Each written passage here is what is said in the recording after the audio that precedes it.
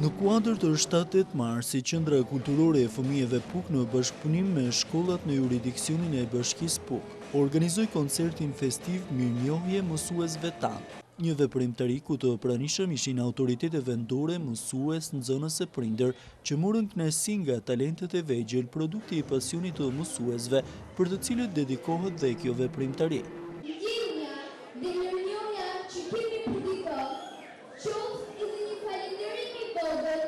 Janë të vështira për të shprehur me fjalë, por shpreh më lehtë me vepra. Vepra që dita ditës rriten. Për mësuesit tanë shpreh në ditën e 7 marsit. Faleminderit që jeni pjesë e jetëve tona. Faleminderit për këshillat e vlefshme dhe fjalët e ngrohta. Faleminderit për durimin dhe përkushtimin tuaj. Faleminderit të gëzuar 7 marsin. Si i gjithnjë në aktivitetet e Qendrës Kulturore të Fëmijëve Puk, edhe në këtë veprimtari me përmasa dhe cilësi artistike, nuk munguan risit ku alternimi prodhimeve artistike të kohës, interpretuar me aq pasion nga artistët e QKF, ndërthure me vlerat e folkut dhe traditës së bukur të pukianëve ndër shekuj. E këtë e tregonte melodia që buronte aq bukur nga veglat popullore në duart e talentëve të vegjël, trashëgimtar të kësaj pasurie të vyer pukiane.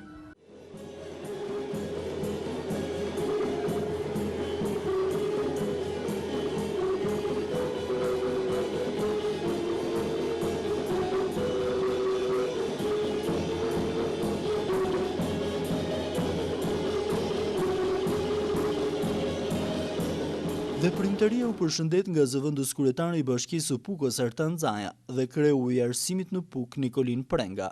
Ndora që në gjithë zemër, që u vërrej të gjithë mësuesve që kanë marrë në pension, e që e sa në marrë të trashëgosin të fëmijët e tyre, pasardhës së brendë e dinjitas. Gjithashtu për gjithë nxënës, u nga mesazh si e i që janë dhe janë pjesë e stafit vetuar të Bashkisë Puk. Mesazhi është që të lexoni, të mësoni dhe studioni sa më shumë. Në respekt të ditës së 7 marsit, ju bëni thirrje dhe mesazhi im është të gjithë jeni reakcionit të për të vlerësuar dhe respektuar mesazhin që u dha në hapjen e shkollës së parësive dhe realizimit të shkollës, të mësimit të gjuhës, të edukimit dhe krijimit të institucioneve, për të qenë përpara të gjithë vlerat pozitive të shoqërisë shqiptare ka pasur që në krijimin e saj. Ishte kjo veprimtari e cila dhuroi jo vetëm emocionet e këtë pranishmit në sallë fal dedikimit, interpretimit plot pasion, por tregoi edhe një herë nivelin e talentëve që pasojnë brezat në zë të artit dhe kulturës pukiane ndër vite. Një pasuri që Pukës kur nuk i ka munguar, ashtu siç nuk mund t'i mungonte kaq bukur, natyrshëm e plot pasion edhe në festën e mësuesit dhe atë të nënës.